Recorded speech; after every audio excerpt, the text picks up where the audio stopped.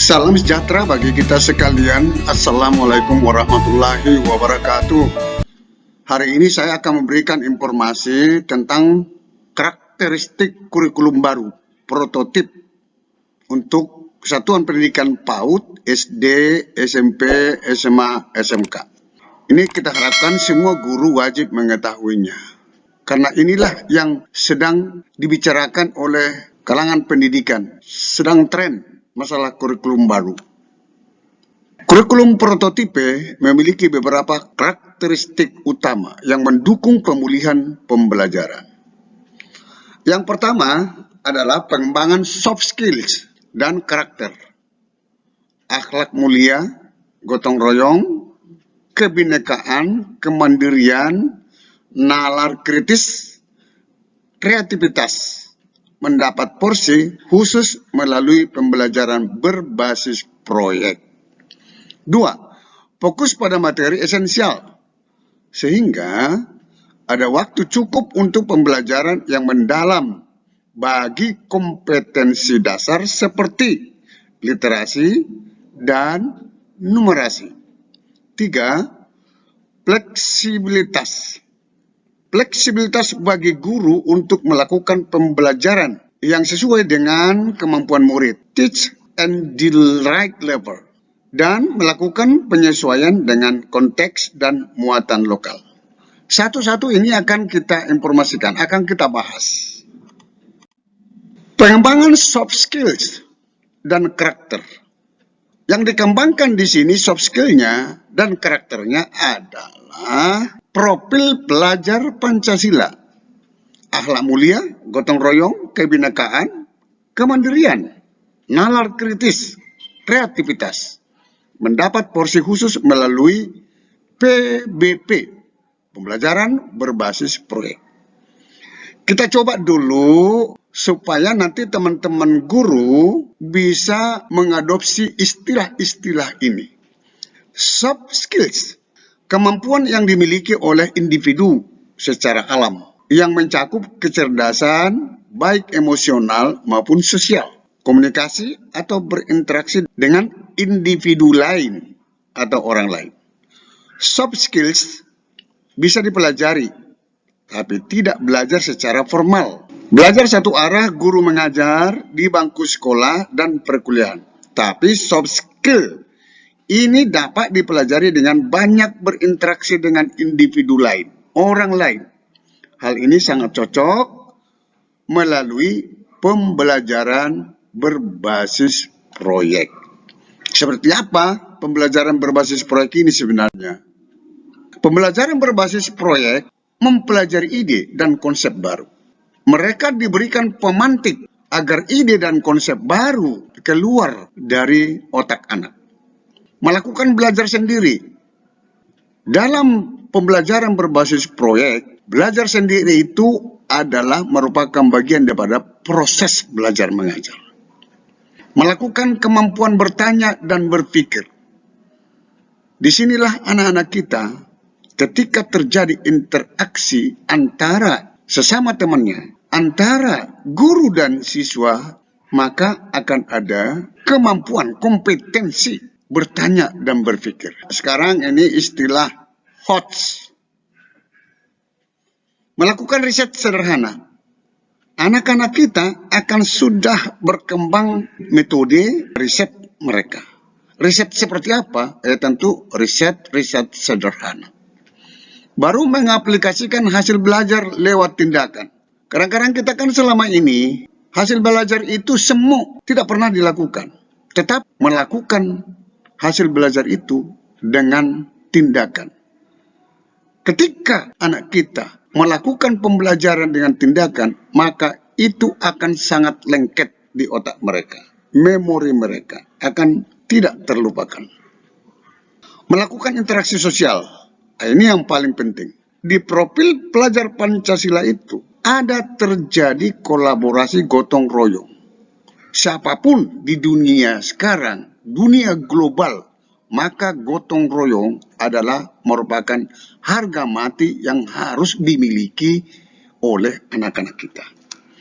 Di interaksi sosial inilah terjadi wawancara kepada orang lain, kepada teman-temannya, kepada lingkungannya.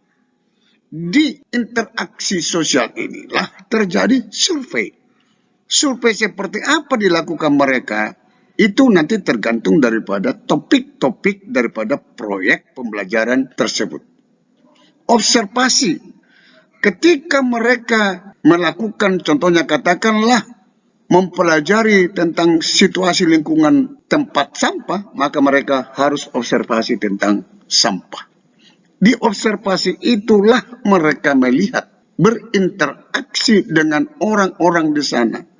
Dari situlah mereka mendapatkan ilmu nyata yang terjadi di lapangan, dan lain-lain, dan lain-lain. Jadi pengembangan karakter. Pengembangan karakter ini di kurikulum 2013 sudah menekankan pada pengembangan karakter. Namun, belum memberi porsi khusus dalam struktur kurikulumnya. Nah, dalam struktur kurikulum prototip, 20-30% jam pelajaran digunakan untuk pengembangan karakter, profil pelajar Pancasila melalui pembelajaran berbasis proyek. Ketika Anda, selalu saya katakan ini ya, ketika Anda mengucapkan profil pelajar Pancasila, maka saudara harus mengingat ada 6 dimensi profil pelajar Pancasila. Yaitu ada di sini, akhlak mulia, gotong royong, kebinekaan, mandiri, nalar, kritis, kreativitas, dan lain-lainnya. Baru pembelajaran berbasis proyek penting untuk pengembangan karakter. Kenapa? Karena memberi kesempatan untuk belajar melalui pengalaman, experience learning. B. Mengintegrasikan kompetensi esensial yang dipelajari peserta didik dan berbagai disiplin ilmu. Baru struktur belajar yang fleksibel. Nomor 2, fokus pada materi esensial, sehingga ada waktu cukup untuk pembelajaran yang mendalam bagi kompetensi dasar seperti literasi dan numerasi. Teman-teman guru, dibilang di sini fokus pada materi esensial. Esensial ini hal-hal yang substansional. Hal-hal yang substansional sekarang ini di dalam proses pembelajaran meningkatkan mutu pendidikan untuk anak kita, hal yang esensial itu adalah literasi dan numerasi. Makanya di penilaian sistem evaluasi juga literasi dan numerasi inilah yang selalu dievaluasi secara nasional. Fokus pada materi esensial itu, literasi dan numerasi, tujuannya adalah kecukupan waktu belajar yang mendalam pada kompetensi dasar, literasi dan numerasi.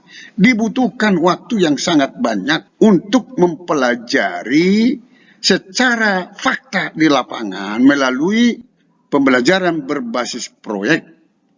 Maka pengalaman mendalam dapat diterapkan dengan metode pembelajaran diskusi. Di saat diskusi itulah, di saat kerja kelompok, di saat itulah mereka terjadi interaksi. Di saat itulah mereka bisa membangun kerjasama melalui pembelajaran berbasis problem dan proyek. Jadi di sini bukan hanya berbasis proyek, tetapi berbasis masalah. Dicari dulu masalahnya, baru dipecahkan. Itulah yang dibuat menjadi pembelajaran berbasis problem.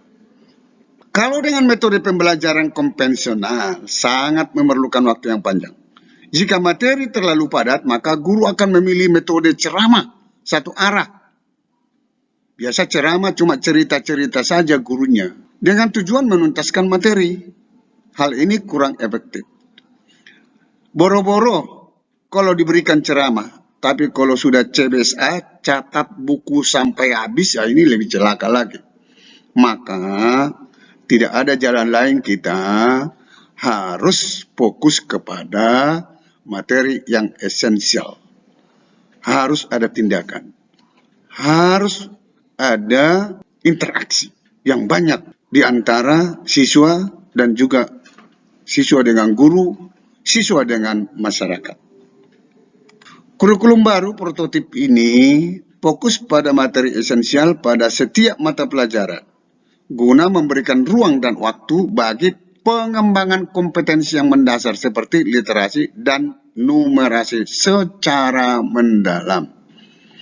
Ini yang sering disebutkan oleh Menteri, bagaimana kita memberikan materi kepada anak kita itu supaya tajam literasinya, tajam numerasinya. Semakin mendalam, semakin tajam ilmu yang dimiliki oleh anak-anak kita. Inilah fokus pada materi esensial. Pembelajaran yang mendalam, diskusi kerja kelompok, pembelajaran berbasis problem dan proyek dan lain-lain. Perlu waktu untuk memperdalam ini. Materi yang terlalu padat akan mendorong guru untuk menggunakan ceramah satu arah atau metode lain yang efisien dalam mengajar. Ketuntasan penyampaian materi. Jadi ini akan semakin diperbaiki. Kurikulum prototip berfokus pada materi esensial di tiap mata pelajaran untuk memberi ruang waktu bagi pengembangan kompetensi, terutama kompetensi mendasar seperti literasi dan numerasi secara mendalam. 3. Fleksibilitas. Fleksibilitas bagi guru untuk melakukan pembelajaran yang sesuai dengan kemampuan murid, teach at the right level, dan melakukan penyesuaian dengan konteks dan muatan lokal. Fleksibilitas kurikulum ini menetapkan tujuan pembelajaran per fase 2-3 tahun untuk memberikan fleksibilitas bagi guru dan sekolah, serta jam pembelajaran per tahun agar sekolah dapat berinovasi dalam menyusun kurikulum dan pembelajaran. Disinilah nanti kehebatan daripada guru-guru kita untuk menganalisa, untuk mengatur, untuk mempelajari kurikulum yang tepat yang dilakukan di setiap satuan pendidikan. Jadi satu saat nanti kurikulumnya itu antara satu sekolah dengan yang lain sangat berbeda. Tetapi acuannya seperti tadi yang saya katakan, ada acuan yang diberikan oleh pemerintah. Dia bisa mengembangkan, tetapi dasar-dasarnya itu masalah numerasi, literasi menjadi acuan. Inilah fleksibel perancangan kurikulum. Saat ini kerangka kurikulum saat ini mengunci tujuan pembelajaran per tahun. Dia sudah dikunci. Dia tidak harus mencontoh ini, harus dari sini semua tujuan pembelajaran per tahun. Sudah dikunci di kurikulum itu. Struktur kurikulum saat ini mengunci jam pelajaran per minggu. Jadi sudah per minggu diatur. Itu kurikulum sekarang. Sekarang kurikulum prototip yang baru ini, kurikulum prototip menetapkan tujuan belajar per fase 2-3 tahun untuk memberikan fleksibilitas bagi guru dan sekolah. Disinilah perbedaan antara kurikulum yang selama ini dengan kurikulum prototip sekarang.